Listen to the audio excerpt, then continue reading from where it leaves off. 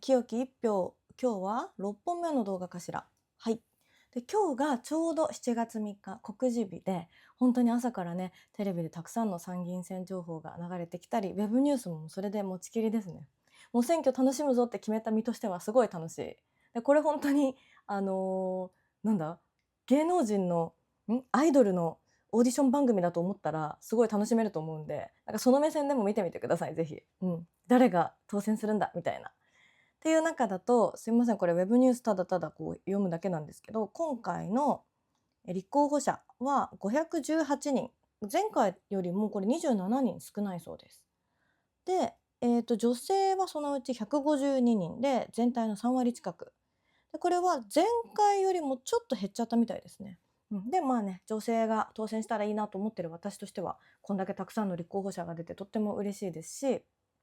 若い方も増えてきてるんじゃないかなとね。チーム未来とかって平均年齢30代の政党ですからね。そういうのもいいなと思っております。はい。っていう中で、選挙のちょっと面白いワードを1個見つけたんで今日は紹介したいと思います。選挙のね、一人区って知ってますか？これから今皆さんいろんな地域に住んでらっしゃると思うんですけど、私だったら東京都でこう選挙あって、東京都だと何人通るんだろうな。数人、複数人当選するんですが、1人しか当選できない県って人口分布的にあるんですよ。で、どれぐらいあるんだろうって調べたら、なんと32個も1人しか当選できない県があるんです。だから参議院選って意外と地方めっちゃ大切、意外とって言ったら失礼なのかな。この一人区で決まるんじゃないかなと思って、その紹介をしたいと思います。でね、選挙って本当にもう戦略ゲームだなと思ったのが、この一人区にだから人気者2人擁立しちゃったら、もうその時点以降全部無駄票になっちゃう、無駄打ちになっちゃうんで、ここを絶対通さなきゃいけない。ただ、こう有名、例えば自民党の超人気政治家で、ここに立憲民主党の超人気政治家とか当てちゃったら、もうここでもいらないこう支持者のいらない票がいっぱい集まっちゃって、こう活かせない票が集まっちゃうみたいなことがあるので、すごい多分政党それぞれ考えると思うんですよ。ここでうちのスターを擁立したら絶対ここは取れる。だから、ここは逆にちょっと厳しいから、まだ今回新人だけど頑張ってもらってみたいな、投票をこう出馬するエリアってこう出身地とかだけじゃなくて、なんかそういうこともいっぱいいっぱい考えて出すんだろうなって思うと、ね、ちょっと見るの面白くなると思います。皆さんの都道府県どうでしょうね。一人区のところたくさんあるんですよ。ちょっとガーッと読み上げようかな。びっくりしますよ。青森、岩手、宮城、秋田、山形、福島、茨城、栃木、群馬、山梨、新潟、富山、石川、福井、三重、佐賀、奈良、和歌山、鳥取と島根は学区って言うんですって。ここで1票だ。で、岡山、山口。で、徳島と高知も学区。で、愛媛。で、高知。高知2回あったな。あ、高知これで2票、2議席いくのかな。で、九州、佐賀、長崎、熊本、大分、宮崎、鹿児島、沖縄。今の該当する都道府県にお住まいの方は、これ一人区です。ぜひちょっと見てみてください。っていうのも今回、与党をね、こう死守するために、自民党は選挙の戦略ものすごい練ってると思うんですよ。で、いくと、この一人区でどんどん勝っていかなきゃいけないから、そこに有名政治家が被らないようにとか、なんかすごいいろんなことを考えて、自民党は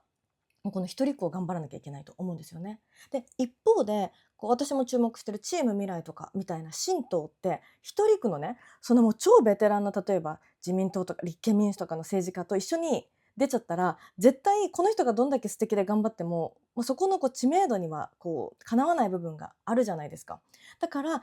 こういう新しい政党はその複数当選者が出る、東京、大阪とか愛知とかそういう大きな都道府県に出る傾向があるんだろうなと思います。それ面白いですよね。だから今の一人区の人たちは、あんまり例えばね、応援してる政党の政治家が出ないっていう人いっぱいいると思うんですよ。でも、その時は、この間の動画でも言ったんですけど、ここだけは嫌だっていう、なんかこう排除の方向で、政党に、政治家にね、こう投票していけばいいと思いますし、そのためにきっと比例代表っていうのがあるので、比例代表は政党で選べるから。ね、これも分かんなかった、私。もう本当に最初の方の20歳、20歳から選挙行き始めて、最初の方は、なんで政党の名前と政治家の名前で、政治家は例えば違う政党の政治家も入れれて、こっちはその政治家じゃない政党の名前も入れられるんだろうみたいな。この票何の意味があるんだろうって思ってました。でもこういう意味があるんですね。なので一人区のところはもうとにかくこの政治家、この政党はちょっと自分とは主義が違うから通すまいと思ったら、そこを避けて書くことにとっても意味がある。で、比例代表で自分の政党、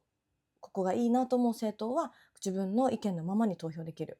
よくできてるなって改めて今話しながら思いました。なので一人区のところ注目したいし、ちゃんと比例代表でね、押していくところは自分の好きな政党は書くとして、この政治家、自分の推しの政党の出馬がない都道府県もあると思うんですけど、そういった理由なので、皆さんちょっと一個賢く一緒になれてたらいいなと思います。終わり。